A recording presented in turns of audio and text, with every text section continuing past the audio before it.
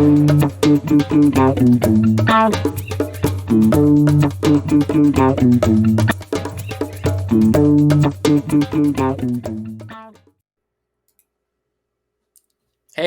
I'm Sean. This is the Due Diligence podcast. This is my friend Sean.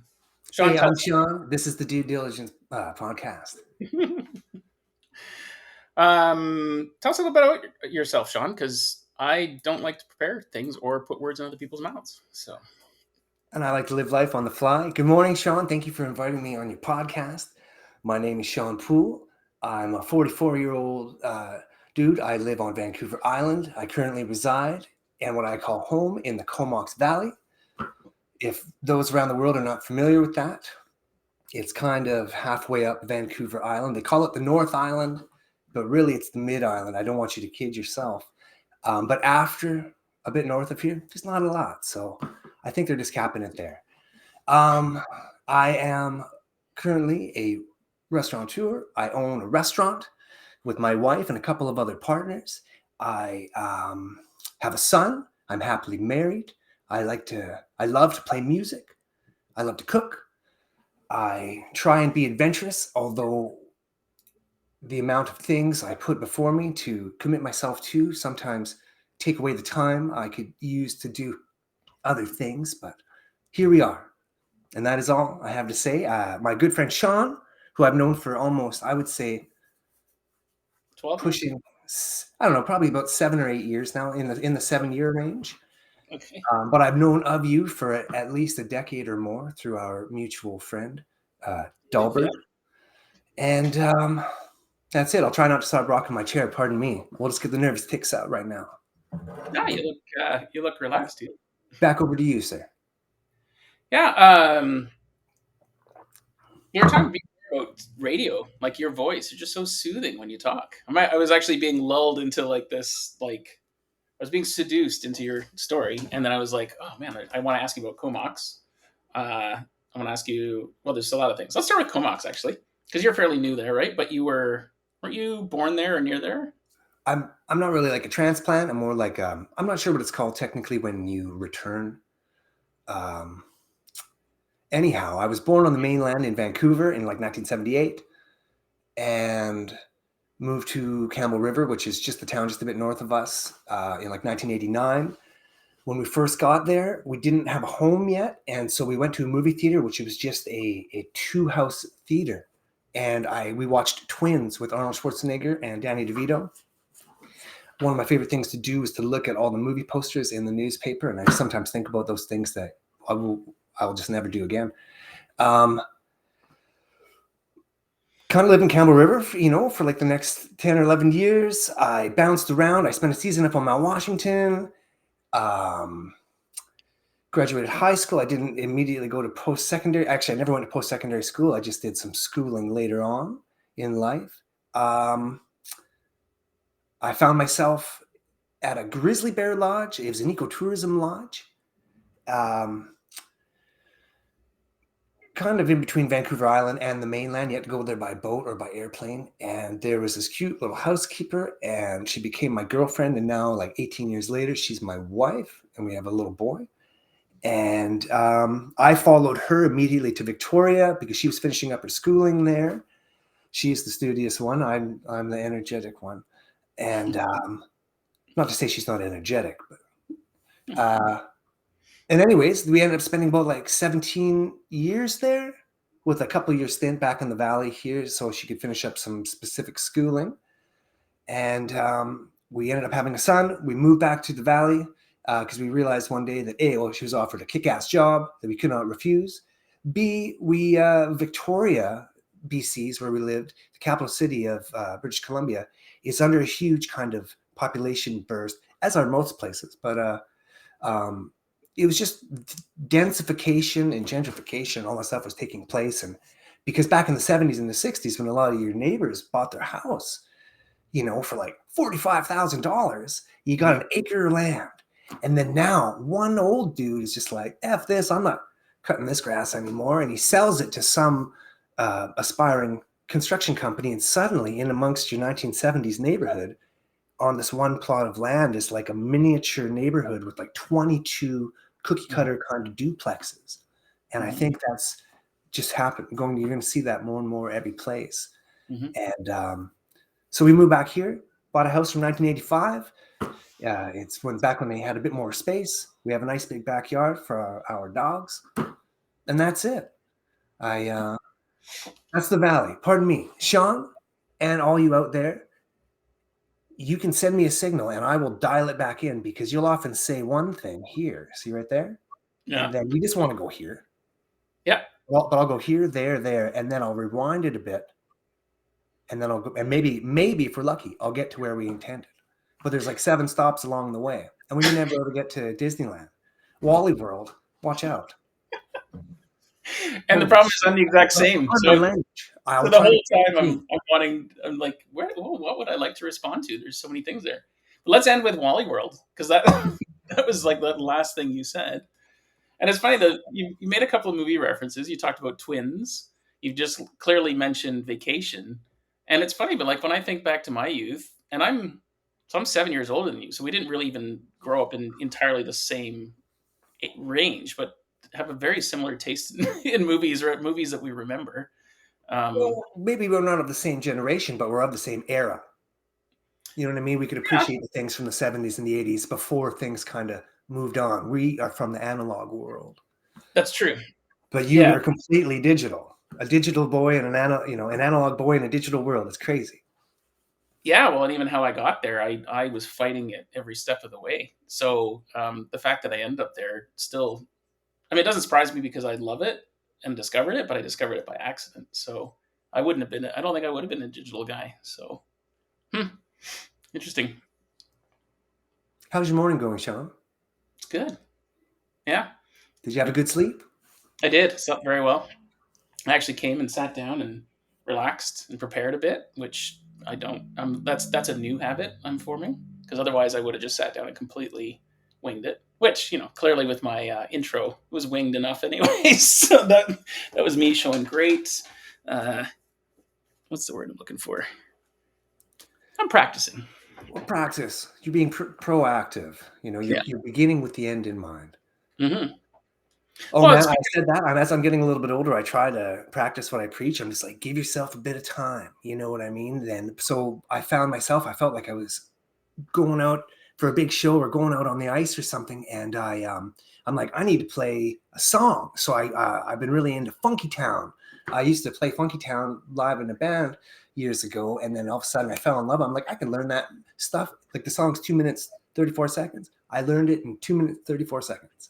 And so was I'm that the outside. pseudo echo version? No, no, sir. I'm a traditionalist when it comes to the funky town. I Okay, like the Lips Incorporated, Lips Inc. Took me that's till it. I was 44 years old to separate my sounds. It's not Lips Inc., which it is, but if you just separate your S's, it's Lip Sync, like Milli Vanilli. And I'm just like, my wife's like, duh. And I'm just like, I'm 44. Yeah, that's funny. Anyways, I'm outside on my deck just charging along, playing the severe disco bass line to get myself charged up for this broadcast today, sir. So thanks for being here. Good morning, good afternoon, and good night to whenever you happen to be listening to this podcast and And, wherever and you trying to are follow along.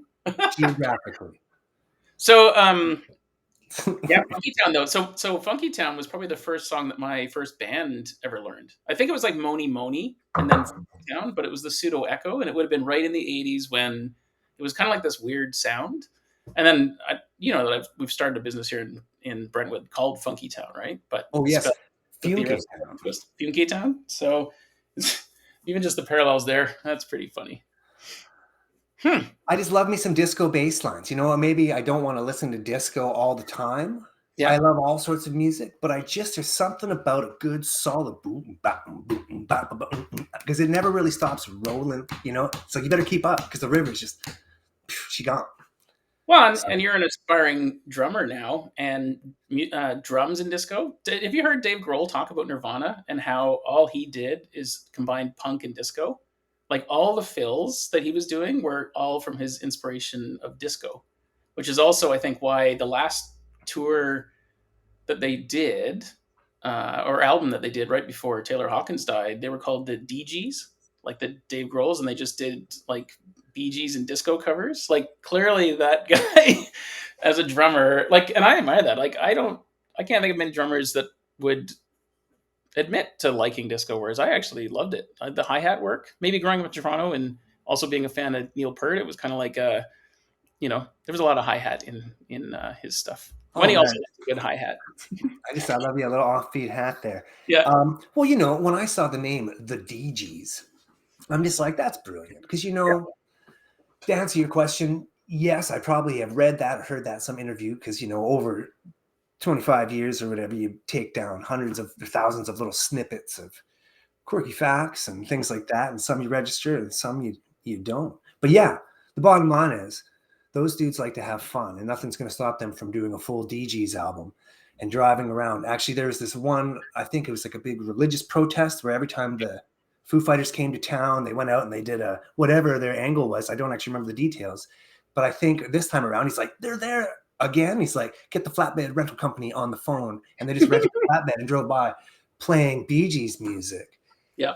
And Taunting them, it was pretty awesome. Actually, not even taunting them, just sending good disco vibes and letting them behave like you could view it as taunting, or it was just like, hey, we're trying to send good vibes, do whatever, we'll just at least show what you're doing, record it, let the world see. You can go watch the tape later and see who behaved and who didn't. yeah, you can find it out there. So I'm just being a conscious person here. Folks out there, if you have something in the background, I used to be a videographer and I still am getting back into that currently. I would film something and I'd have an interview with this guy, and I'd always, all of a sudden, you don't see it at the moment, but in the background, there's like a candle or something flickering. And so psychologically, you're trying to listen to what this dude's saying about why he wants to be a member of council. And he's talking about all this exciting stuff. And as a cameraman, I'm not even listening to this dude. But then when you're in the editing bay, you see way in the background this clock ticking or this candle flickering. So I'm just saying, me bouncing the chair, no more. Okay. Well, my little blinky light in the background is, but it actually looks pretty cool with the blur effect, eh? Like that's, by the way, I set up the drums for you. They had been sitting on the floor for 2 weeks because I had a gig and I just hadn't had the energy to get them out. And I figured you'd be disappointed if you saw them dismantled on the floor. So I did that for you, buddy. Well, you could have chosen a different background, but yes, there may have been some comment to me about, these drums aren't going to play themselves. Yeah. This is a real background, right? No, I believe you. I'm just saying you could have just, tilted the camera sideways and not shown the drums on the ground. But I appreciate you putting it back together. Oh yeah. And I will play them. It's a little bit for me. I need to hit them pretty soon. But how are you liking your honeycomb hex wall there? I had seen that product as well, and it kind of caught my eye. It's not for me, but I'm glad to see it in action. I like it a lot. I get a lot of comments on it, and but they're expensive. Like I think that 15 pack's $300.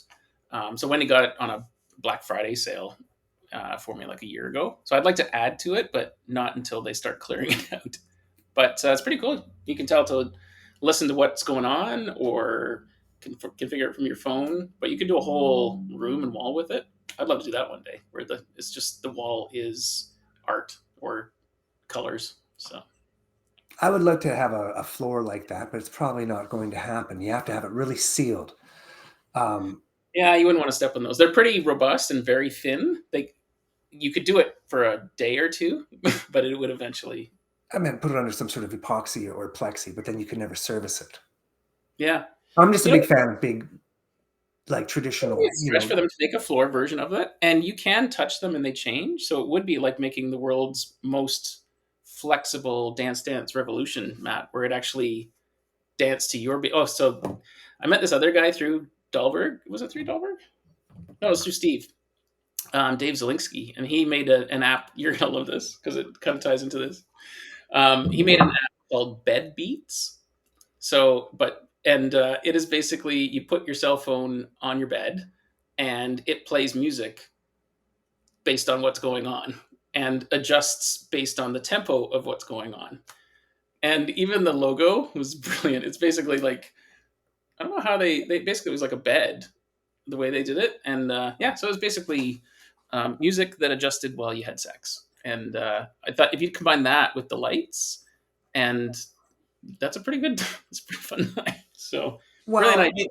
they use the term like smartphone or whatever, but now they have like smart everything, smart tables, smart couches. So I'm pretty sure maybe sometime in the not too far future they'll have the smart bed and it'll be an all-in-one That's what I experience. say. You could have it today with his app.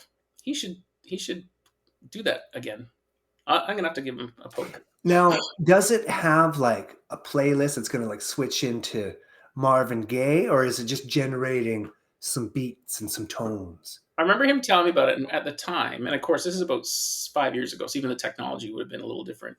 But I think he was using all the gyroscopes to tell, like it could detect, but it would play certain styles of music.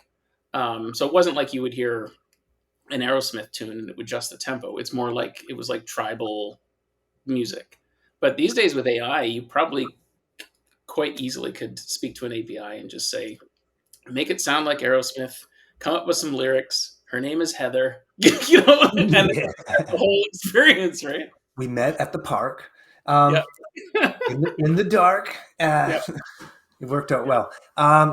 Well, because that might be a challenge with this day and age of like mattress technology. That's probably absorbing a lot of the shock. Like, I don't know.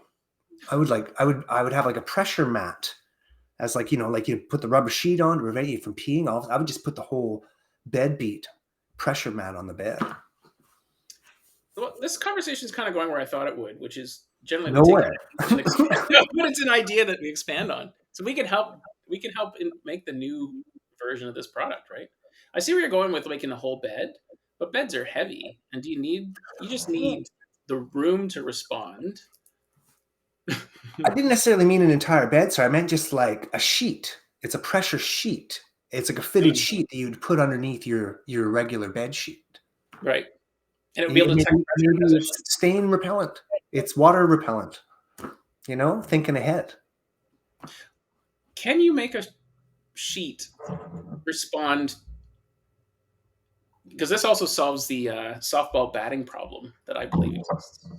So we can even just jump gears, but I play slow pitch and most put down a mat. And now you're arguing about whether it hit the mat or not. So even this last weekend, I was playing in a tournament and I got a couple of clear strikes because when it hits the mat and shoots the other direction, it didn't not hit the corner of the mat. But the umps are in their 70s and in their mind it didn't happen. But if you had some, you will use a piece of wood. Well, now it makes a clunking noise. You could hear it. But carrying a piece of wood around is heavy and you don't want someone to trip over it. So if we had a sheet that could detect and then play sounds. And so there was a while there was actually, I spent a couple hours on this a couple years ago.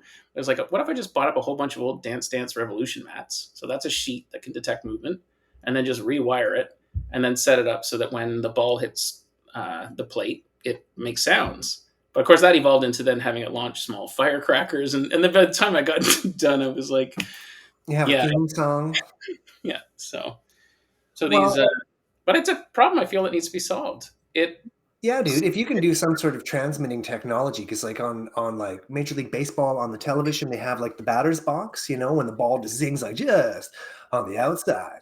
yeah, Bob Euchre. And suddenly, imagine if your Dance Dance Revolution mat could say boom, and you could just see on your scoreboard or whatever, like, oh, she's a dinger, hit right on the outside. yeah. I was thinking about that this weekend actually, as far as like umps get it wrong, right? If all the technology can see and the puck could, with infrared, see it's over the plate, you don't need umps and refs. But without umps and refs, it's now become a sport of just pure precision. So now it's really just meat sacks and who's the biggest meat sack and the fastest meat sack. Whereas it's the umps and the relationship with the coach is pissed off that actually creates the drama that is why people buy tickets. So do you think, so completely random question, but still in the same thing, do you think we'll have umps and refs in another few years when technology and AI and some people want the truth, but the truth is boring because drama is what creates the emotions in us. I wonder if like Major League Baseball has the data and has the technology. There's no reason to have an ump there other than they always have, and it's a very traditional sport, and that's the charm of it, right? I would say yes. I sure hope that they wouldn't lose that. There's always going to be a small number of people that are trying to evolve something or update it with, like, how it's done, make it automated and robots. But yeah, exactly as you say, sport is just like you don't want to have the biggest meat sack and going for precision, distance and whatnot. It's you have to have the emotions behind it. You have to get fired up, and you have to have the rivalries. Because if you don't care who's playing whom, then why are you even doing it? Why are you even watching it? Or if you are, why are you even excited to watch it? So I Mhm. think, okay, here's a dark thought. It's a positive thought, but then all of a sudden you're like, oh, it's a little cloudy over there. Um, um, is we will make an effort to keep certain traditions alive just in everyday life, like paper books and an umpire in baseball, or it's like you just do things because that's just the way it's always done, because that's half the fun. And with if you take certain elements out, it just becomes hollow and not enjoyable. But ultimately, all those people that like those traditions are going to die, and in the future, it might be like Rosie the Robot on the Jetsons. It's like strike, and that's it. You have Strikebot, and because the thing is, like the rise of AI happening this year in the last couple of years. Or I was listening to this thing. They have all these automated taxis in Norway, and they have an entire automated taxi fleet. And for some reason, they just found out if they are overwhelmed with cellular waves all at once, they kind of shut down.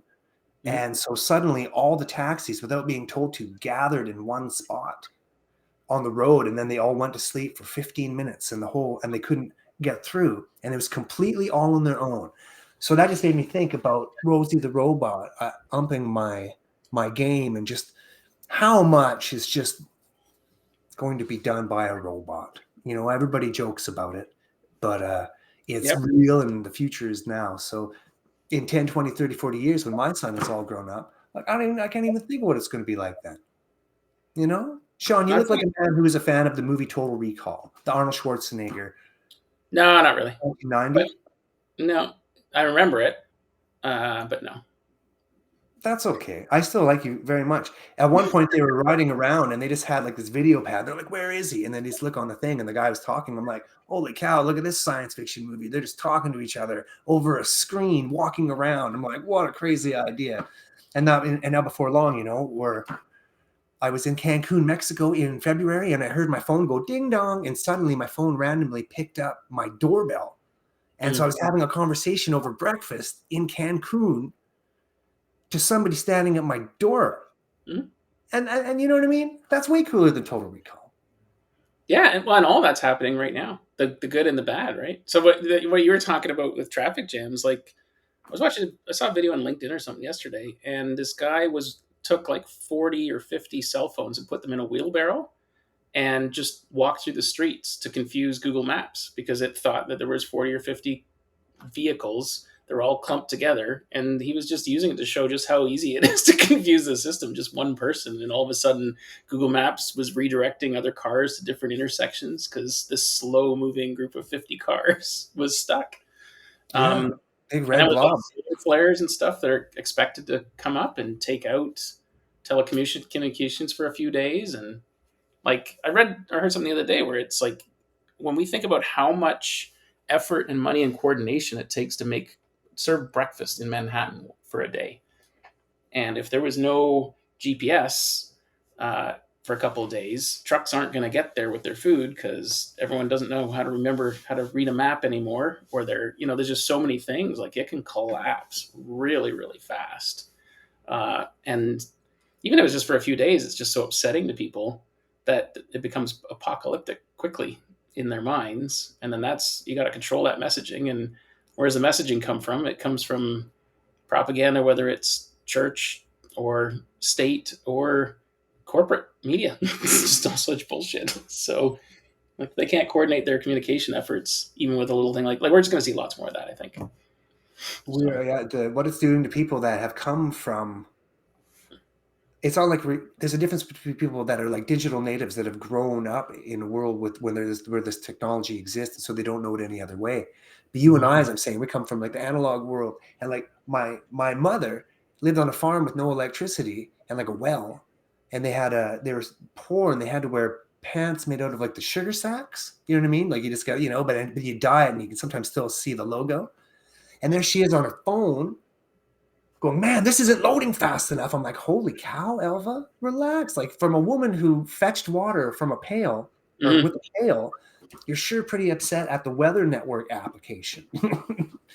um, Mm-hmm. so we're kind of losing those skills. Yeah, exactly. We people don't know how to read a map. Yep. And so it's just kind of people that have already existed. It's just scary to see how quickly we can transition into dependence and like lose. If you don't use it, you're going to lose it, And I don't mean to get a point. I only get points for cliches on Fridays. It's Cliche Friday. You should try and play the game sometimes. If you're having a conversation with somebody, you're just playing the game with yourself, just for Yeah. your own enjoyment. You casually slip in well, it is what it is. Like I don't know. So I'm just like the more time you just kind of drop in a couple of those, like at the end of the day, it is what it is. Mm-hmm. And then you keep score. But you can throw cliches out the other 6 days. You just don't get any points. But it's true. You lose it if you don't use it. Yep. That you just said a statement that's been ringing in my ears actually my whole life, but in the last week is it really is cemented. Is it is what it is, and where I came to with that is for the longest time I've been like trying to relax and into life and like have a friction free life, and I'm working really hard at that. And I had this like epiphany for myself, came way late in life, but like just to not have any expectations. And that's very different than lowering your expectations, right? Because you're comparing up and down, beating up yourself or beating up on others. And there's a big difference. But even just kind of coming to that, it is what it is the best. I used to reject that statement and now I love it. It's letting go. It's letting go of expectations of others, letting them just be themselves.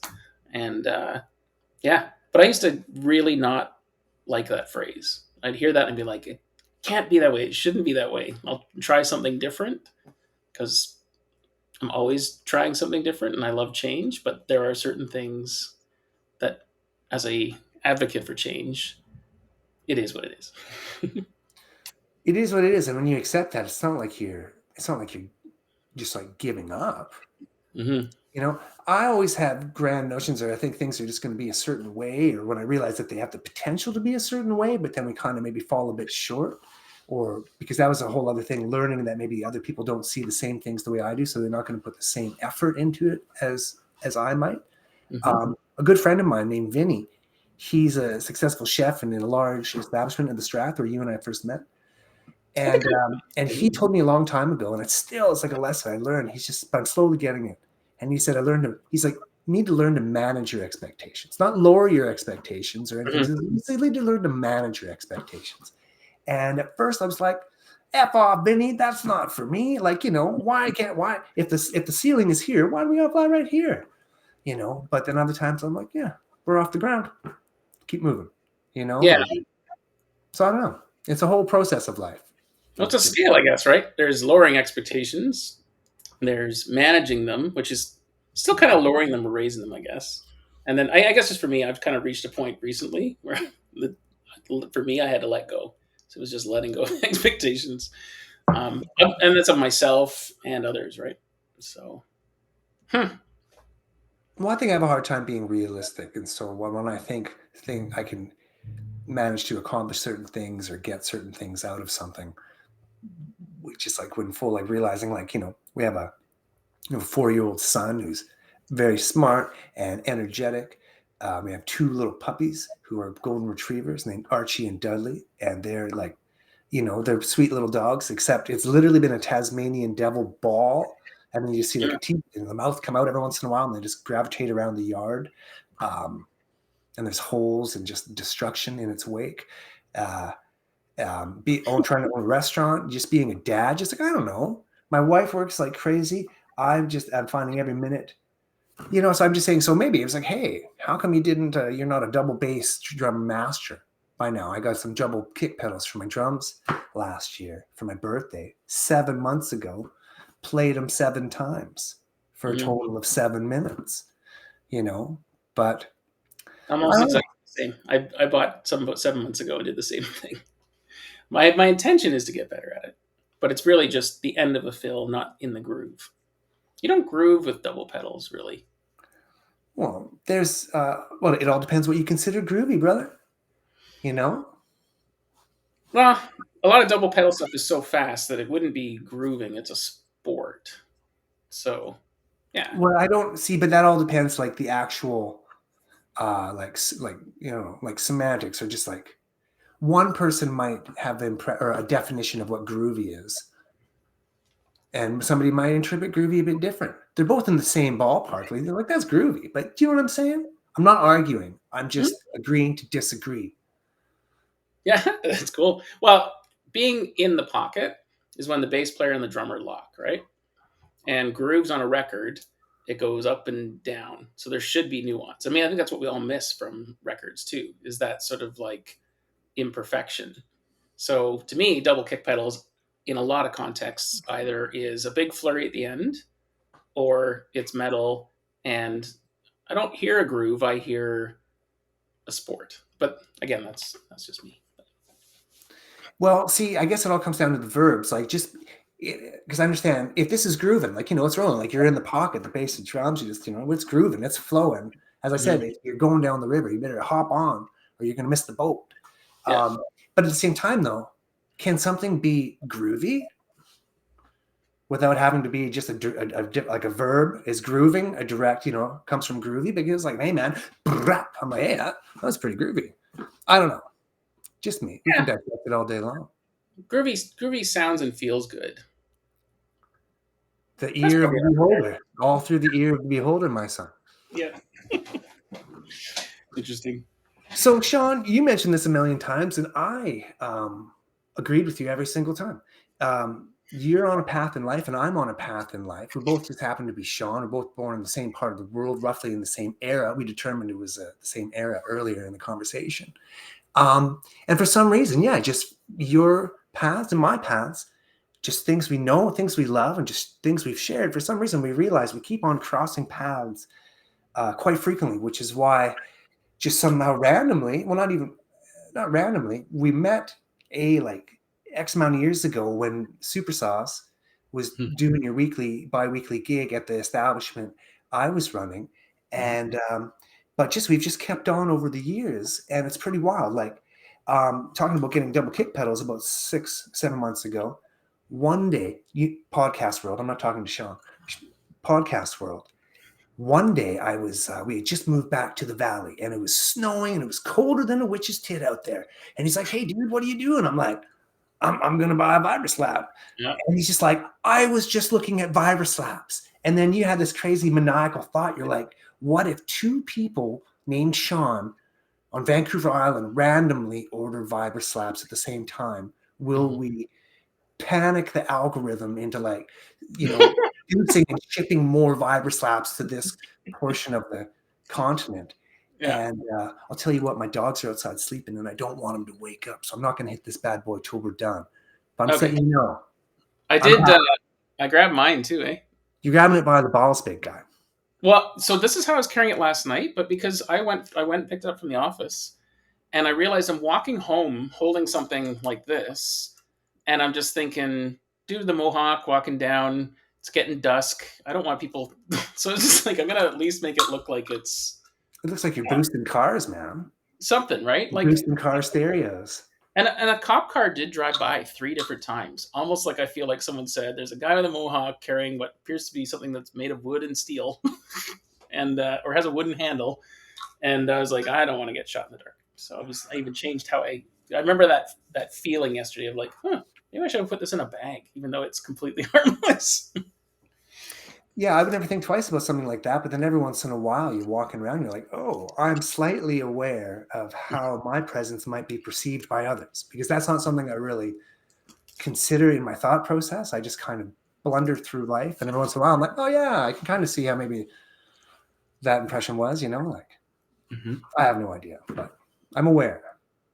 I remember our conversation about the vibraslap too, and it was exactly like you discussed. Like I recall, I think we were both texting, and trying to locate where to buy them, and then reading reviews. Because I remember reading that this LB vibraslap, which is kind of the de facto, but on Amazon, people were tearing it to shreds, saying the quality was bad. And I think in the end, it was like, well, they're the leader, and even if it's not awesome, it's a vibraslap.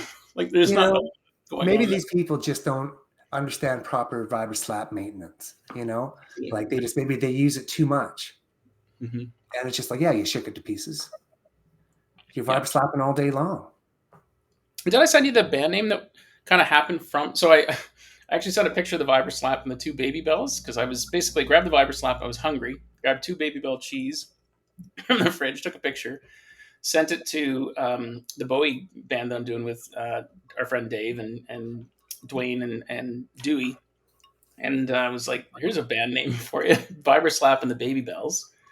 And then I think my wife said no, Baby Bell and the Vibraslaps was a better name, and I think you said the same thing. And I was I was like, gonna say I don't want to call your so wife a it's liar, going to but be. I'm pretty sure I said that. I think you said it first, but I had already decided that I prefer the other, so I went in hot and heavy with Wendy and cut her off, which is probably less receptive than I should have been. So Hey, congratulations on your Bowie gig, by the way. Dahlberg was talking to me about that a little while ago, and I actually saw one of your promotional photographs yeah, digitally. You guys look good.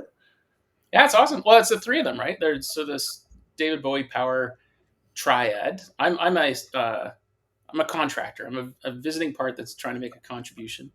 Um, but yeah, it's cool. And even the way they've got the show laid out, it's it's going to be broken into segments. And Dwayne really knows his Bowie, and I've actually become a fan of Bowie through this process. Like I wouldn't say I didn't like dislike his music. It was just like, yeah, I know a bunch of Bowie tunes, and he's cool. But actually seeing his live performances for references for some of this stuff, and then watching him interact with the crowd, like he was a really charming, humble, quirky, funny guy. Like in his videos, he kind of came across, I think, really confident and almost got that rock star thing. But like live shows, you could just see he just settled right down and was in the moment. It was pretty cool. Well, So don't get me wrong. I would attribute both of those things. I don't want to use the word like enigmatic very lightly, but you're David Bowie, man. You are a rock star. You're one of the biggest dudes on the planet. But you're also just a person doing your thing.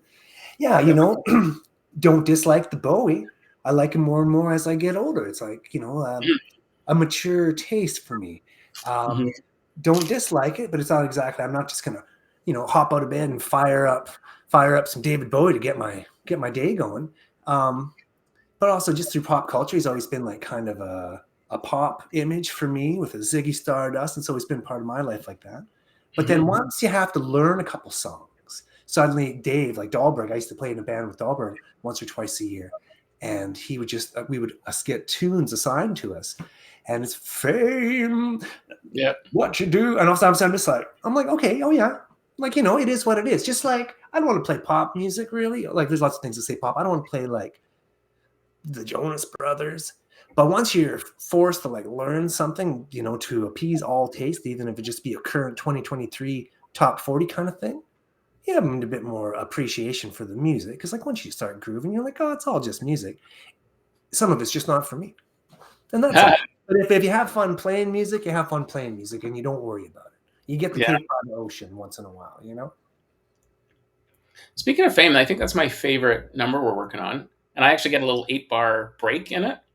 And in my head, I'm like, every time we practice it, I try something new because I know, like, I'm not going to just lock in with some sort of fill. I just want to feel in the moment. But so I've been like playing with different ways, but all I know is it's 8 bars and you don't want to turn it into a drum solo. So it's really just like, how do you funk it up 10%? Like make it badass, but then just drift back into the song. And so I've been playing with all these things, and it's actually been really fun to have that small of a window where you got to ease into it and then get out, and only in 8 bars. So that'll be Yeah, my in small fame. time to say a lot. Yeah, Who knows? Maybe you have a little bit of this, a little of that. Suddenly you take your favorite part of this version, your favorite part of that version, you do a little stop. And who knows what's going to happen. oh, or have a vibraslap behind me. So instead of a giant gong, have like a giant cast iron frame, and then hanging from it is is a vibraslap. Just a regular mortal sized vibra slap? Or are you Yeah, talking about a gong sized vibra slap?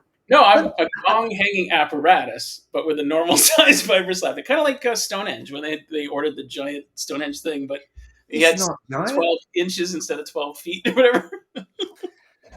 Precisely. You know, talking about things, I'm like, I have all these expectations and things I want to do, but then in all reality, 4 minutes before the broadcast, I'm outside playing Funkytown on a deck, and I'm like, I better go pee. Um, but I had this vision the other day after watching your other podcast and seeing your backgrounds and your framing and whatnot. I almost had this vision of having like a fishing line, just kind of having this suspended, like it was the hovering vibraslap, and that was going to be my only decor. But I'm going with the lack of depth version right now, and I'm just doing the all blacks. It's pretty cool, you know. It's kind of like the set of Bob Ross. Like if you pulled out an easel and just threw on a wig and just started painting during it, like that you're missing out on that because his background was always stark black, which I think, right? Yeah. It's a weird setup, but Well, traditional kind of, public access TV station backdrop ever since, the birth of time. Just you have a big ass black curtain. Do you want the white curtain or the green curtain or the black one? That's all it really comes down to. well, table Um, draping too, right? White or black. It's all. you've just reminded me of something. Years ago, we had all intentions and even made to the point of planning it, but we couldn't get enough people to commit to make it happen. But we were going to do a Bob Ross painting party where everybody came over, and there might be some wine or beer, and probably dressed like Bob Ross, and we all maybe enjoy one or two. We each have our own little easel, and we basically do an episode real Mhm. time of Bob Ross, but with like 9 of your friends in your backyard or your living room, and everybody just has a Bob Ross party and paints it. And I don't know, just something like that just seems like fun because it's not something you probably do very often. So you should Oh, just enjoy every minute of it so because thank you there's for no that. pausing. I'm You gonna, don't we don't pause. yeah, I'm gonna do exactly that at Funkytown because we want to utilize the space more and we want to come up with unique events. And I spotted this guy that makes balloon animals at the local soccer games here, and I thought, wonder what he charges per hour to just show people how to make balloon animals. I just like to get a little bit of knowledge around that skill, so just host them once. But hosting a Bob Ross painting party where that is the theme, I've got a giant TV in there. There's some logistical things to figure out, but that would be a hoot. That would be awesome. So maybe you can help me plan that. I've got some ideas. I've got Mhm. like market it. Yeah, there's all thoughts. I just couldn't get the numbers. I'm just like I'm not doing it if it's just going to be Paul's coming over. Like I need more than just Paul. Yeah, 16 Bob Rosses. That is a photo worthy event. Maybe even in the invitation, like there could be like a link posted to reasonably priced Afro wigs. Mm-hmm. It's like just in case. Yep. I still have mine. I was Bob Ross like 3 years ago, so I actually think mine is nearby, and I can grow a beard pretty quick. So In having moved homes a couple times in the last like 6 or 7 years, but especially on this last one time many years ago for Halloween, I was what just basically became Afro cop because I basically had these really tight 70s clothes, these platform shoes that were about a full 2 sizes too small for me. These tight leather pants. I don't even know what. I think it might have been unisex pants, and then like a golden, like shimmery, like ladies blouse. But then I just also had like a little snub nose, my dad's old leather, 3/4 length brown leather jacket, and I would flash the badge. And I remember I had this poor carry-on suitcase, like a hard frame suitcase, and that was just my AfroCop uniform. We're moving, we're like everything, and I just like grabbed the suitcase, knowing I had AfroCop in a bag, at any time. Even like the little handcuffs, the little badge, and the little snub nose revolver. But what I'm getting at is I this year it didn't quite make the move this year. I finally got rid of the afro. I'm like, I put it on. My son got scared. My dog tried to bite me. I'm just like, it kind of smells like an old suitcase. It was time. it was If I time. come to Funkytown, I go to Funkytown most days, but if I come to your Funkytown, I'll get a freshie. I'm looking forward to it. Yeah. So I've had a whole bunch of costumes over the years that I've repurposed. So any others that were just classics that you? There's definitely a lot of for me where I just have to make it 10 minutes before because I forgot. But you probably you've got one that was ready in the bag. Any others that were? your go-to? No, Or but I had intent? a bit of a tickle trunk going, because I always had a couple props. Because as I mentioned, I used to try and make. I used to be a videographer. I used to work for ICBC and try to do some independent small things. And so I'm just like, hey, I need that fake hard hat and kind of flagger's outfit. That might come in handy for a movie one day. So I always had a little bit of just like old crap in a tote. But I had this old man mask. One time I was like Slash from Guns N' Roses, but I was old Slash. So I was just like 85 years old. And I took one of my wife's like earrings and I put it through the rubber mask. And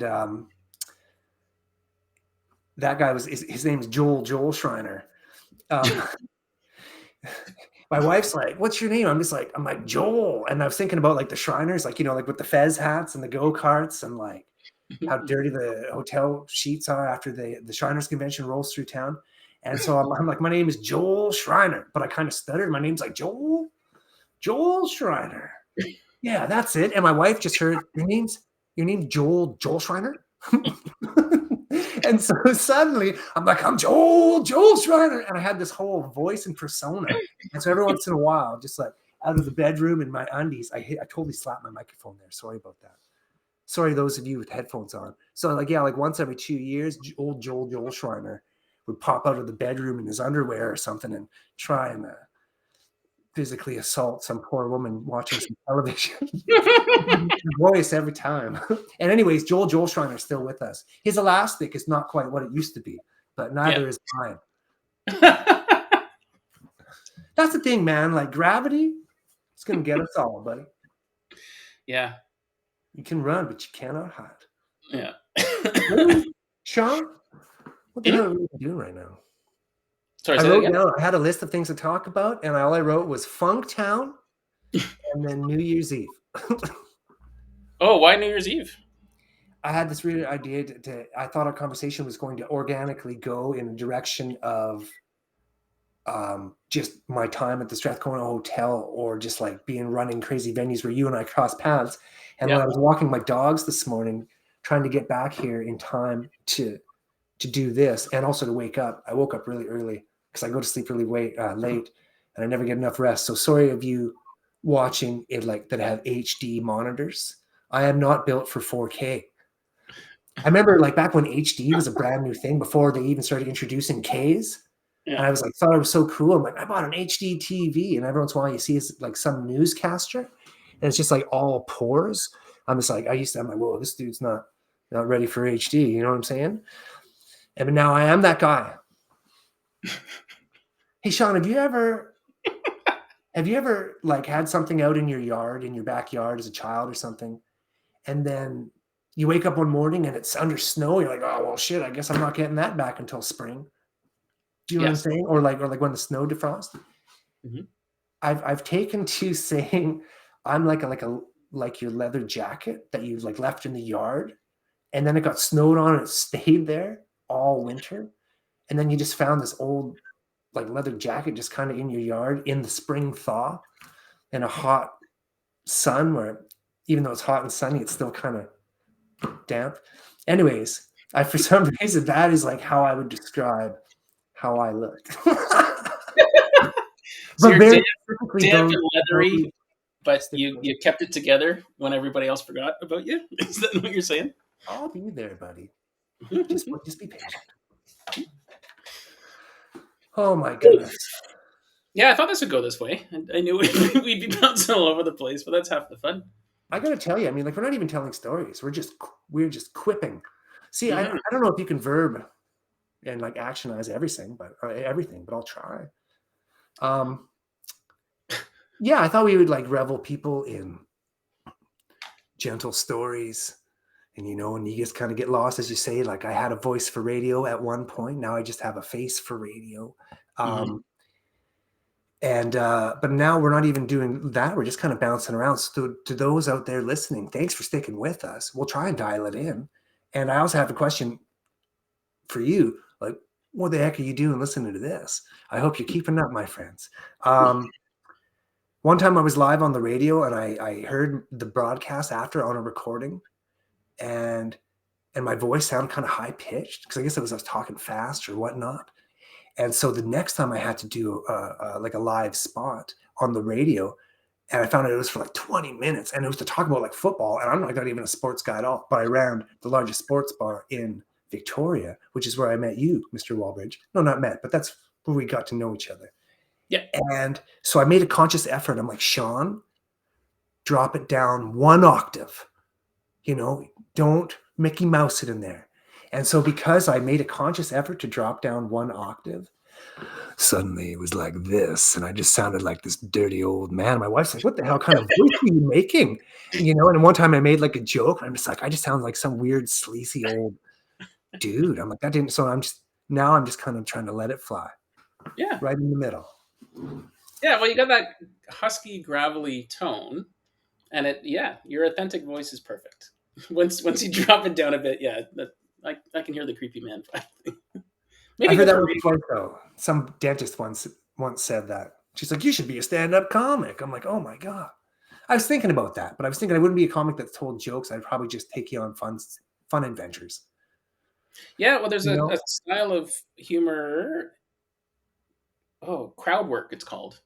So I'm working with a fellow on a book, and he does stand up comedy, and we're actually through this book putting aside little things that were like, hey, maybe you could turn that into like a 3 minute set because I actually want to try it once. So I've told Wendy my goal is in the next year to go to like some amateur night for like a 3 to 5 minute thing, but I want to go there at least prepared because much as crowd work, which is you basically just start talking to the crowd and mock them, but you have to be prepared to take it back. That looks like a lot of fun, but I think the very first time you want to like have some material in You ready need in case it, material. right? Especially if you're new, they're not going to know who you are or your vibe. So yeah, crowd work, man. That's the new. I don't know if it's a new style, but it's very interesting. It's observational and conversational, and yeah, I think you'd be awesome at it.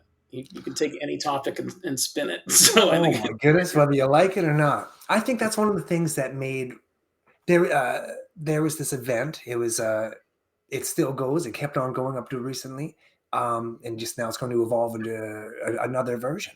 But Rockstar Nights, kind of, we helped dial in your format, which was like a biweekly live concert, uh, live music karaoke, where guests would sign up for a song, they'd come up, and they would be the front man for a band. So you're not just follow the bouncing ball on the TV on the wall. You're fronting an entire band. And then we decided to add a little competition to it in which the crowd would vote for their favorites that night, and then there'd be a winner, and be invited up to play one more song. And then we took all the winners of all the different episodes, and we had our big kind of grand finale, the golden mic night. And man, I was proud of that golden microphone trophy I made. I And remember. and yeah, and I think that's one of the things that made that event kind of unique, is because it wasn't just karaoke. There was the level of competition, there was the level of the band, but then there's also my stupid motor mouth and quirkiness, because sometimes I'm just like, I feel like this is like a half stand-up comedy show. Dahlberg and I, we would always throw in our little Budweiser quips, like from the Saturday Night Live. So you have a little, because we were sponsored by the good folks at Anheuser-Busch, uh, for that particular event. And so we just had a lot of fun with it. I remember even once or twice I got up and I rocked the mic, and 2 out of those 3 times I rocked the mic right. Yeah, Somewhere, I wish, because I'm on stage, I can't film myself. Somewhere out there exists a couple versions of that. I did a Beastie Boys song and a Stone Temple Pilots song, yeah. but I often kind of miss that, just that one moment where everything goes blank and you're like, what the hell am I even doing or going to say next? But then you're Mhm. like, oh yeah. So I'm saying, if you're going to do a 3 minute set, Sean, or 3 to 5, about a minute into it, you're going to be like, oh my God, I have about 6 more kilometers up this mountain to go. Yeah. You know, you have a whole bag full of jokes you packed, and you're going to find out once you get to the top, you only used like 3 of them. And you're like, why did I bring all this other stuff with me?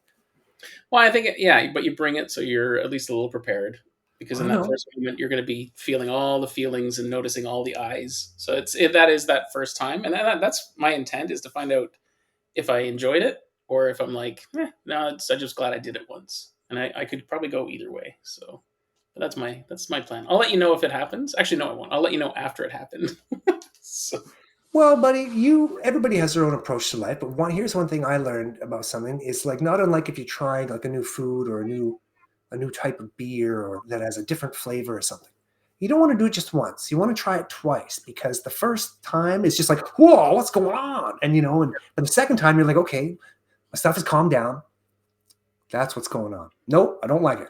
Or like, let's do that again. But the first one is just kind of a shock to your senses. So I always recommend doing something twice before you really decide if it's for you or not.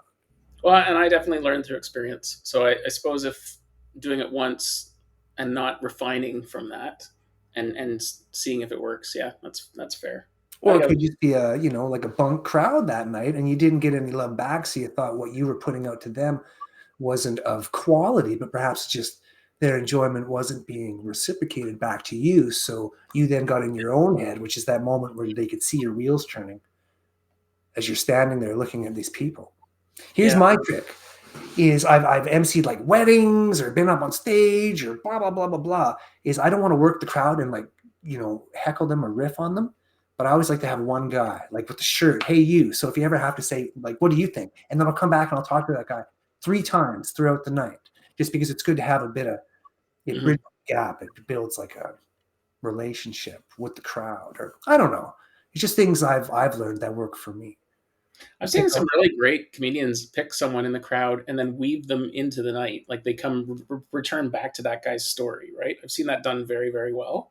And that it could be a game in itself where it's like, how do I take this tangent and then somehow bring it back to the guy that used to work at NASA but is now a hairdresser or something like, where you can just like weave all that. well, like that's a sign of like a good storyteller in general, or at least in my opinion, is you have to come full circle. Like when you start, by the time you get to the end of your set or whatever, you kind of have touched on 3 points that you've gone throughout, and you realize then they make you understand that it was all part of the plan. You're bringing it all together. Like Mhm. this old Asian guy one time, he got me to. He's like, I want you to wax all my cars, and so he's like, this dude had so many old cars, and I just waxed them, and I waxed them, and I waxed them. They're all shiny. Then he's just like, I'm like, hey man, he's just like, hey, you want to paint my fence? I'm just like, all right. So I waxed them, and then I waxed them, and then I painted the fence. Paint fence. It's just like he said, and I'm just like, what the hell? But then all of a sudden at the end, I'm just like, oh, I was waxing, I was painting, wax on, wax off, and then you all bring it together. That's just you get them in your hand, you bring them in, and then you go, you just learn karate, Yeah. and then like this guy's all right, and then you leave. Cool. So we got a Karate Kid reference in there. Twins. Quoting movies a lot. I don't know why. What's your favorite movie of all time? I don't know if I can answer that, but Mhm. I will tell you a couple of big ones. Yeah. The Get first one that three in pops in my head, don't order. overthink it. Give Weekend me. at Bernie's. Oh, really? I've never seen Weekend at Bernie's. Yeah, Don't think so. it's a piece of time. There's number 2 and number 3. Don't worry about those. Watched it a lot. Um, I'm doing all talking here, but I will say one more thing before I hand the mic back over to you, sir. At a time when I was an aspiring filmmaker and videographer, I would attend film festivals and whatnot, and some of them were fairly high up, and so they would have panels of professionals and whatnot. And one time, the guy up in the panel, they're like, "You may recognize him," and they listed like 200 movies. They're like, and he's just a stunt double, and they're like, and one of them was like, he was the body of Bernie in Weekend at Bernie's, because the premise of Weekend at Bernie's is these 2 guys Mhm. get invited to their boss's house for the weekend, and unbeknownst to them, the boss is a shady guy, and he gets whacked right at the beginning of the movie, and then they find him, and they're convinced that if that they're going to get whacked too, and so they do their best to make Bernie's lifeless body seem like he's alive, and so they've got their feet tied to each other, they're walking around and driving on boats, and funny mayhem ensues as you fall out. And Mhm. so anyways, he's this poor guy that just got tossed down the stairs and fell out of the back of the car and all this 80s kind of slapstick stuff, and I just went up to him, I'm just like, hey man, I just want to tell you, I've seen Weekend at Bernie's like 30 times. And he's just like, he apologized to me, you know. And this was one of the coolest parts. He's like, what's your name? And I told him my name. I'm like, well, my name's Sean Poole. And he's like, you're Sean Poole. He's like, they're talking about you here. And I was so flattered to hear that behind closed doors are people reviewing movies or whatnot. I took home a few awards that year, and I felt really flattered and kind of elated that somebody that I looked up to, or didn't even know I looked up to, had heard about me. Because I'm like, we're all just people, we're all doing our thing. And then I shortly thereafter stopped making movies for 20 years. I was going to do it full time, and I just suddenly found myself in love and in Victoria. And now I own one of the finest restaurants in the valley. And I'm not even just saying that as a shameless self promoter. It's just a fact. Well, I want to get back to Vegan Brains, but why don't you plug your restaurant? Like, what's the name of it and how's it going? Um, my wife and I, her name is Erin, our chef Jonathan Fraser, and Darren Howlett. Four of us, we had the opportunity to acquire and purchase one of the local staples in town. In Courtney, there's a historic building called the Old House, and it's been a restaurant. I think it was built as a residence, and our restaurant is called Locals, or Locals at the Old House unofficially. It's in an old heritage building down by the river. It's called Locals basically because we do everything we can to serve food and product and produce and meats and whatnots from literally as close as we can to where you're eating it on your plate. Because Vancouver Island is, as I'm learning, I've learned for a while, but I still continue to learn. Vancouver Island and the kind of like the islands in between the mainland, we kind of have a very cool kind of microclimate here that is kind of different than other places on the planet. So we have the ability to do some cold weather stuff, some hot weather stuff, even some like subtropical stuff once you get to the certain of the Gulf Islands. And so we have a full tasty bevy of just things we grow, and it's real, it's organic. And you know It's why, awesome. I just one time I bought some lemons from a store, and I was standing there and I looked at the lemon, and there's a sticker and it said South Africa, and I was just like, holy cow, man, this like little fruit came like all the Right. way around the world just so I could like put a couple slices of it on a piece of fish or something. Mm-hmm. I don't know. And I remember I took that sticker off and I stuck it to my fridge. So every once in a while, I just kind of look up. I'm like, "Hey, South Africa."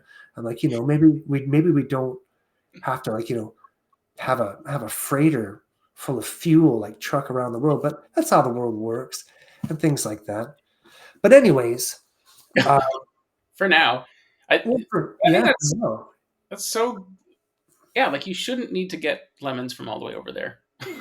It's Um, about seasonally. It's about realizing that you can't eat all the foods 365. That's the problem. You go to your store and you're eating pineapple in February. We couldn't grow pineapple here anyways. But you know what I'm saying? I mhm. don't know. So it just that's one of the things we do. Like at our restaurant, there's certain things on the menu that we just take off because the season has changed. You're like, well, what happened to the kale salad? I'm like, well, it's not kale season. You know, there's nothing I can do about that. Mhm. Or just like it's parsnip season right now, so that's what we're eating. I don't Yeah. know. Do you like parsnips, Sean? Do I? I don't think I care. I can't remember the last time I've had any on anything, unless it's snuck in there. So parsnips. I don't even know what a parsnip is. It's Where'd kind you? of like a big white carrot, like Oh I yeah. think in Super Mario they pulled them out of the ground at some point. I'm sure I have, but I'd say it's been measured in years, not months. I could take it or leave it. Yeah. Yeah. It wasn't like I went see. Yeah, I didn't go seeking out them like a Cadbury cream egg or something. That was not a return to taste for me. But I don't remember disliking it like Brussels sprouts. Do you Were you a fan of Cadbury cream eggs when you were a child? Oh yeah, that is probably my favorite chocolate. Well, or a dairy milk from the UK, or a flake, which is very similar. But it's got to be from over there. It's better. I hear, yeah, no, different chocolates, yeah. Well, I think they Cadbury. use milk differently too, but yeah, it just tastes better. So you still enjoy the Cadbury cream eggs to this day? Oh yeah, yeah. In fact, I'm generally find myself looking 3 months after, wondering how long they've been sitting there. But if I scope one, I'll probably take it. Well, I buy And four you've because noticed that substantially they are like this big when they used to be that big. yeah, That's probably an okay thing. yeah, Have and you, they made a choice of putting three in a package, which is very confusing for our home because then we end up buying 4 packs, so everybody gets an equal share because we don't just cut them in half. So yeah, that's not good. Well, then suddenly you find yourself like almost like in a, well, no, it's not. I was going to say the old hot dog comes in a dozen and the buns come in 8. Then you just got to do the math until you finally have way too many of everything. Have you ever eaten 2 Cadbury cream eggs in a row? Oh yeah, I've also eaten a hot dog, 2 hot dogs on a single bun, which is how I generally address that problem. Is I 2 dogs, just 1 bun, bud. That's, that's nothing new. Ah, we're talking about you know feeding New York and growing your own food, and then you got things like after all this time, you still get 8 hot dog buns and how many hot dogs in that package? Is it 10 or probably a dozen.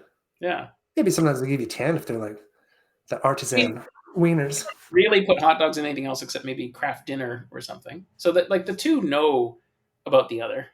You'd think they'd be in like just kind of get in alignment with that and simplify the problem for us. Well, it's just a racket. I'm surprised that one company doesn't just make both, Hmm. you know? And you say, here's your kit. Yeah, actually, a hot dog kit. That's interesting. So you'd actually sell both. Well, you'd.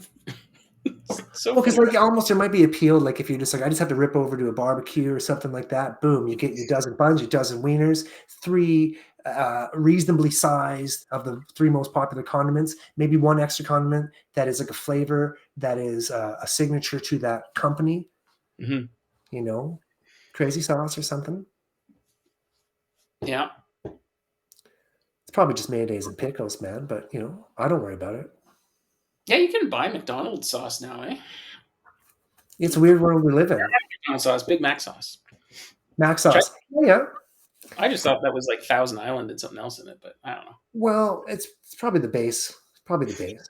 Many, many, many moons ago, I dated this girl who was like a cook at the White Spot restaurant, and the White Spot, they have their famous triple O sauce. Hmm. And I'm just like, hey, you got a job at White Spot? I'm like, now you can tell me what the triple O sauce is. And she's just like, yeah, no. And she wouldn't tell me. She's like, I'm like, did you sign like some sort of contract? She's just like, just don't worry about it. It's just not what you think it is. And so Or to you this don't want to day, know. I'm like, oh, Nat Bailey. Nat Bailey went to his grave with that piece of paper in his front pocket of his suit. You know, Yeah, that's how legends are born. Just let people believe that it's something special, and they'll pay for it. my father passed away a few years ago, and going through his stuff and like he had like a recipe box, just notes. Like, you just don't want to just clear the whole table because there might be a gem in there. So you got to take your time. You got to look at all the stuff. And one of them was a handwritten sheet of paper that said Kentucky Fried Chisholm, Kentucky Fried Chicken, special recipe. Like these are the 57 herbs and spices. Yeah. And then there's a bit of a thing saying that, like somebody stole it back in the 70s and then sold it, but you had to buy it. And anyway, so he swears that these are the 57 herbs and spices that make up the world famous, most kept secret recipe that Colonel Sanders used to drive around in his car and sell chicken at like gas stations and stuff. Dude, That's how it all got started. you could My start a father met him once. My father was in the radio industry for many years as like a producer and like a disc jockey. And yeah. suddenly there's this picture. I'm just like, Dad, is this you and the Colonel Sanders? He's like, that's me and the Colonel. Sure enough, they're just like in a control booth. Yeah, sure enough, my dad and Colonel Sanders. It was crazy. Wow. Did they have Scott's Chicken Villa when you were a kid? Scott's Chicken Villa? So that I, was in Ontario, and it was like it was a KFC, but it was buffet style. So it was all the chicken and fries and Coke and ice cream you could eat, and you would go to this restaurant, and that was it. That was the choices. But it was called. I'm sure it was called Scott's Chicken Villa. was And it franchise? Like, was there more than one?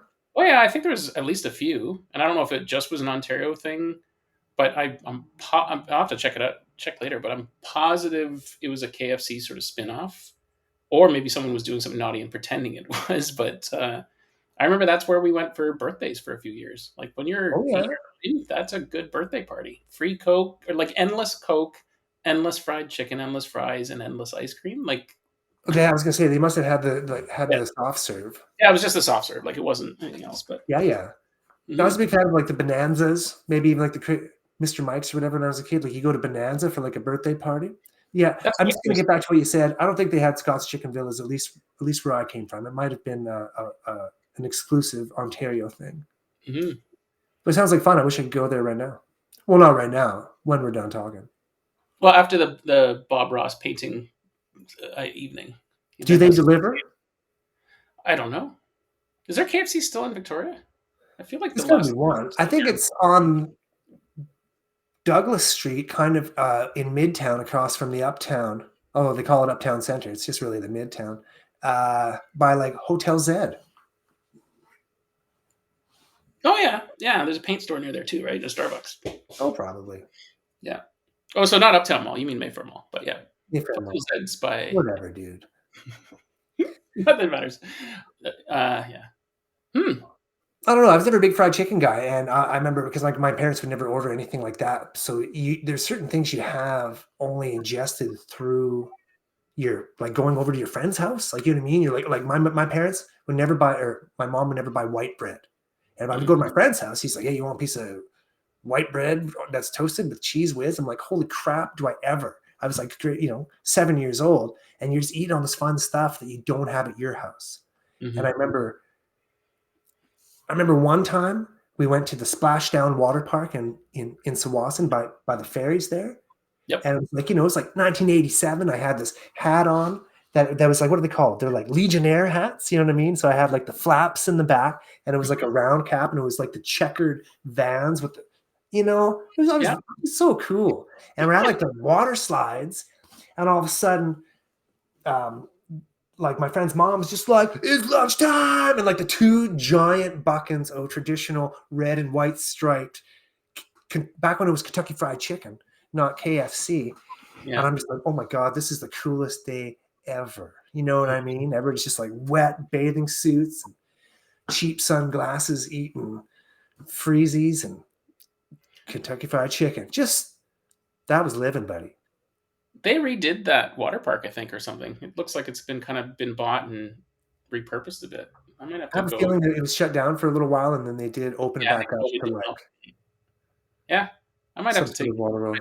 need to go. I've never actually been there, and it looks a little refreshed. Like maybe they would have checked for safety and stuff and give it a paint job, so it looks better. Well, sometimes where the pipes connect on the old water slide, sometimes the seam gets a little bit less than flush. And so you're like, oop, oop, ooh, I felt that one. Yeah, We used to have the one in Victoria there by Thetis Lake. yeah.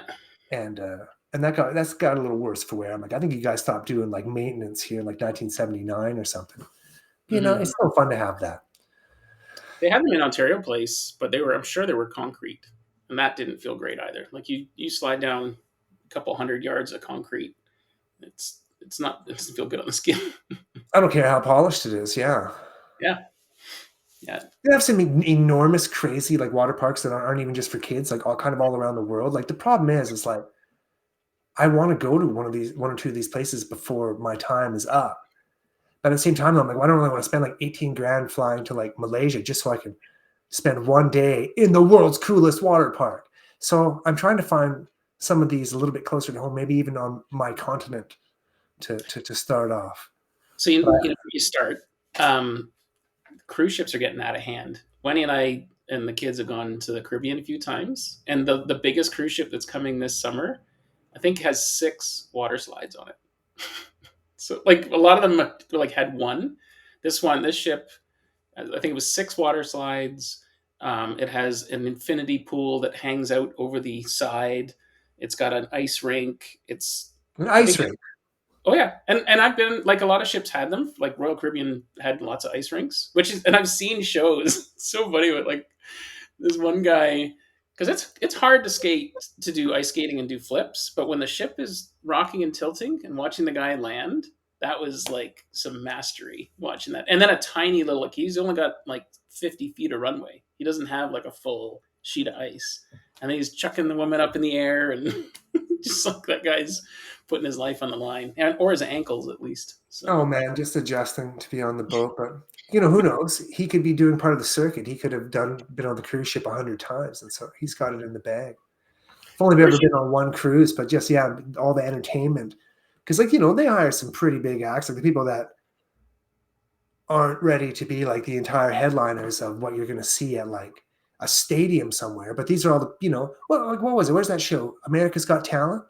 Mm-hmm. They had a lot of these people that like made it to the finals doing whatever they're doing. So they're still like super awesome. Yeah. But, you know, but it's just like, it was that tier. So I was like, hey, you know, someone you roll in the theater and the guy's like juggling chainsaws on a unicycle. Oh my God. You'd Okay. love it, and I'll tell you why, dude. Because, and so I used to be anti cruise ship, having worked on one, and then even the first cruise I went on as a passenger, I just didn't care for it. It was an Alaska trip, and I was 26, and Alaska was I just wasn't ready for looking at gold watches and Skagway. yeah, that wasn't my scene. But we've done several of these large ships, but the best part about the ship is the childcare.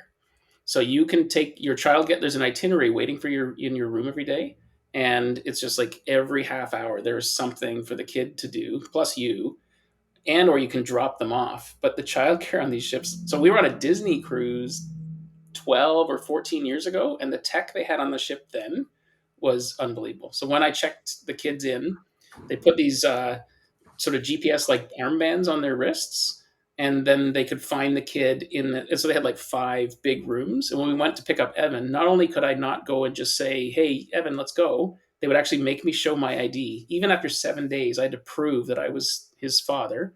Oh, yes. They were like tracking, like, "Oh, he's in the toy store room. Oh no!" And you could actually see him like zip, zip, zips, and he was running around. And they just went Oh, low you and have the got him. tracker, like a visual tracker. That was like 12 or 14 years ago, man. I can only And imagine what it's like now. oh yeah, the restaurant in there, they had screens all the way around the one restaurant. And so they would have different themes, like literally from table height almost to the ceiling was just screens. And so they would have Crush from Nemo, they like basically a giant aquarium, the whole place. But then, and again, this is 12 or 14 years ago, but they had little microphones and speakers above every table. And Crush would eventually swim up to your table and start talking to you. And even then, their voice, like it was obviously some guy that knew the phrases Crush would make, but was actually could see the kid, talk to the kid. The turtle would be talking in Crush's voice, and and again, that's kind of like a new thing. This whole replacing people's faces and video and stuff with AI and voices, but they were doing that 14 years ago in this restaurant. It was I can only imagine unbelievable. how it would be now. Sean and podcast world, 5 seconds. My dogs have awoken. I'm going to run and open up the door and I'll be back. Tell us something about yourself, Sean. Tell me a food you don't like. Tell them a food you don't like to eat at all. Well, I already mentioned Brussels sprouts. What food do I not like to eat?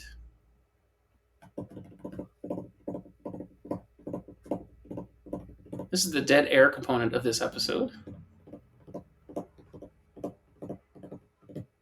Food. I don't eat a lot of food now. No, Sean, I don't have an answer for you. So if you ever play this back, you're leaving me high and dry here. I'm just sitting here staring at the screen, wondering about food. Now I'm hungry too. The kitchen's pretty far. Oh wait, I've got some cookies. I'll just sit and open these up for now. We might edit this out later, but probably not.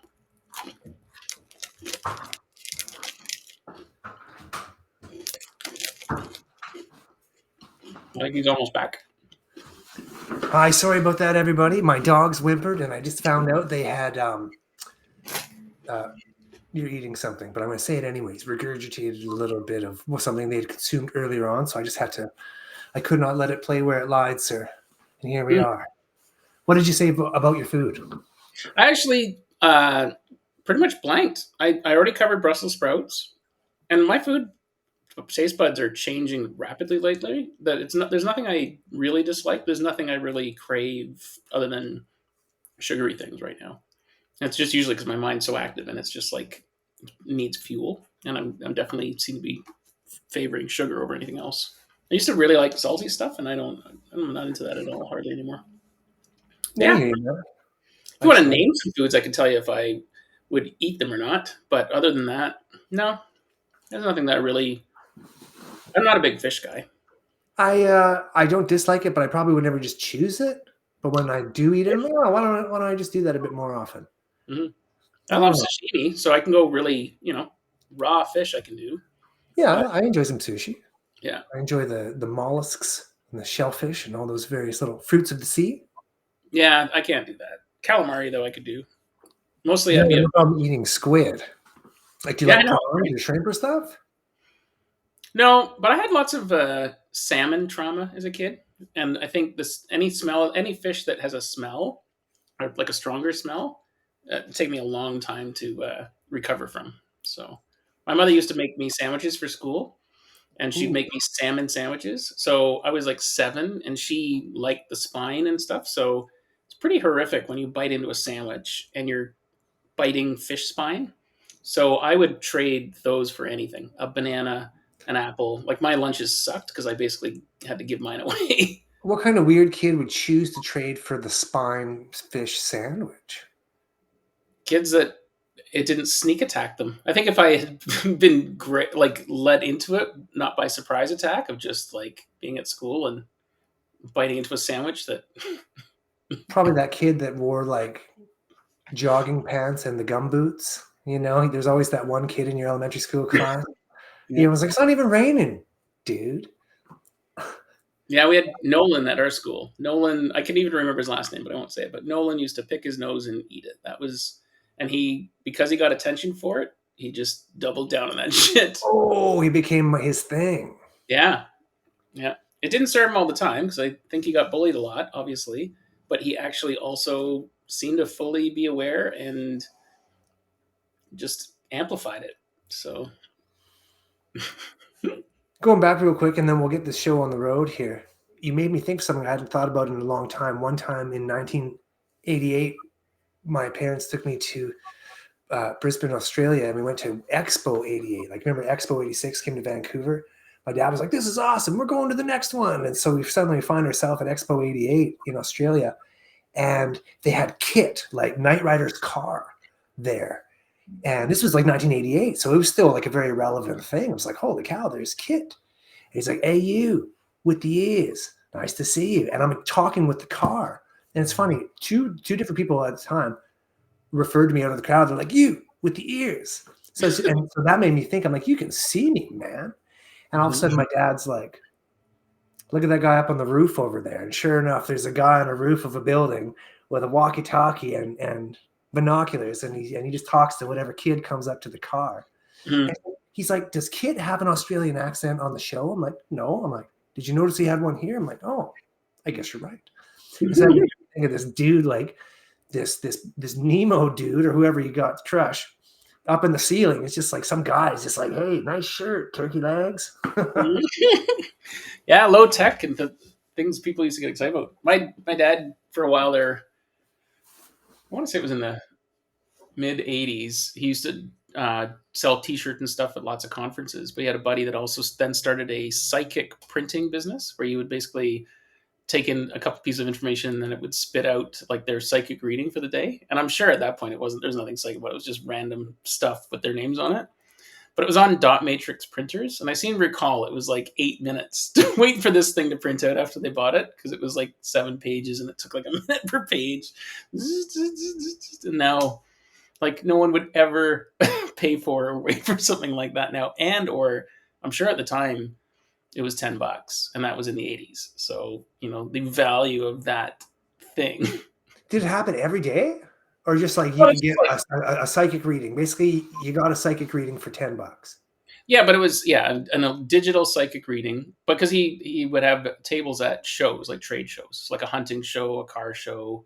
But there was a psychic show. I remember seeing this woman. She was like talks to animals, and she had this full stage, and she was and honestly, these days some of that I believe, but this particular booth was pretty much just enter some names, do text replacement so that you put the word Sean where you wanted their eyes to go, and Yeah, and then it looks like like 7 pages. the printing is a little bit different. Yeah, You know, it's like a slightly different font. yeah, Terry. It's like, "You have a great life in Canada." yeah, yeah. Your future projection, you can expect cold weather. Like yeah, Oh man, all these things that you used to see every day, and now you never even think twice about it. Like, do you remember you'd be at like a like a checkout counter or something at like a store, and they would have, you just made me think of the psychic reading. They would have all those tubes of the horoscopes, and it was a big box with a million little rolled up paper tubes. It was a scroll.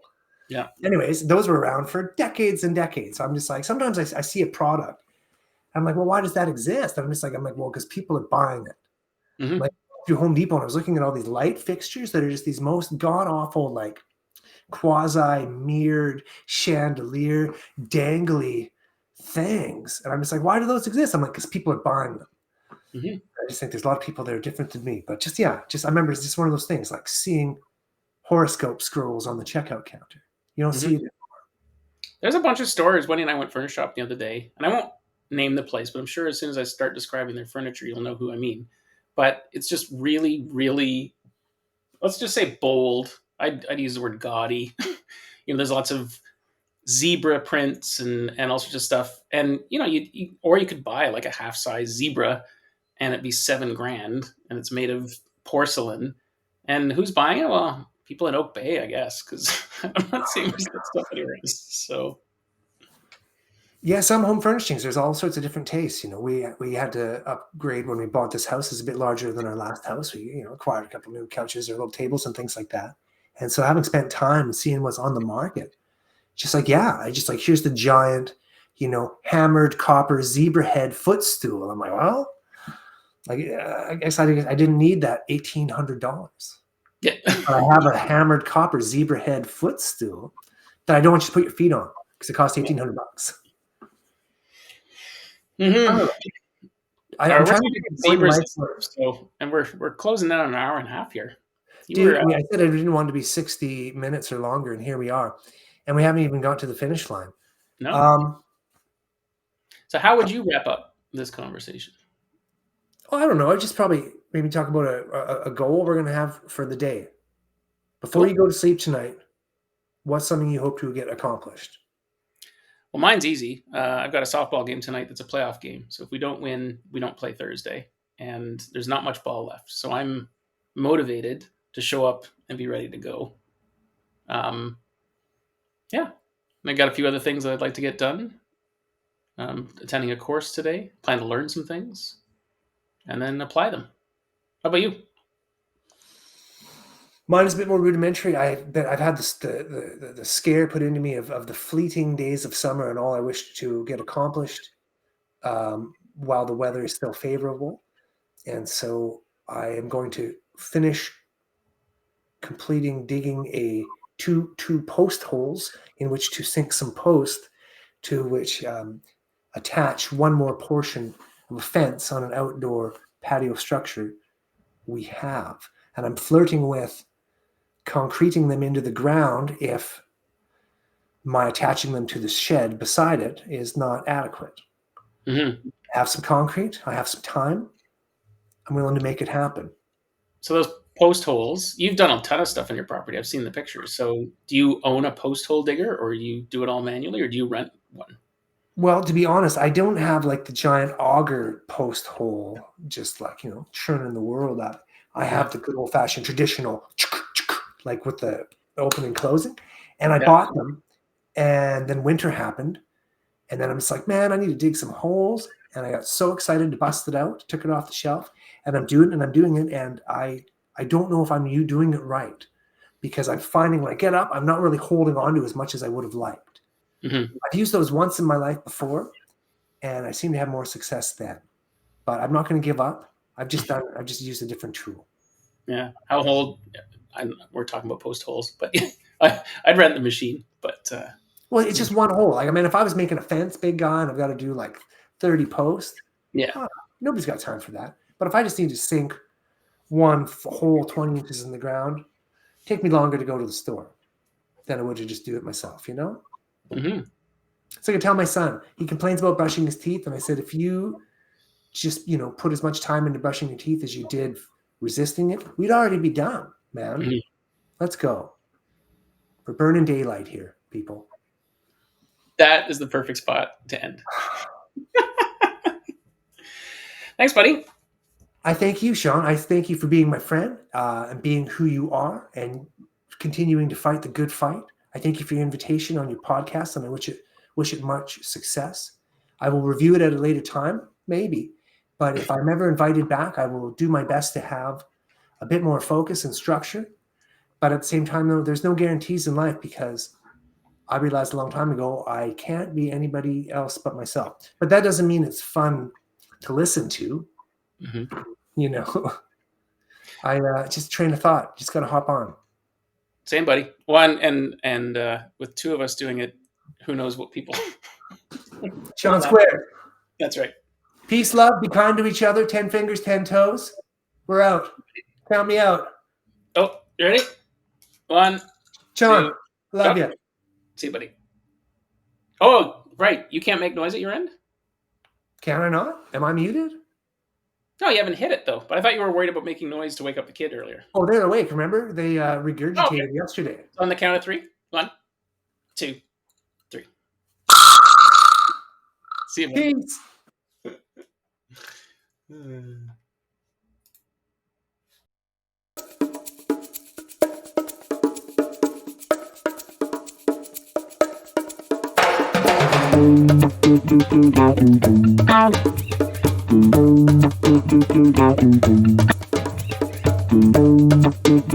Thank you.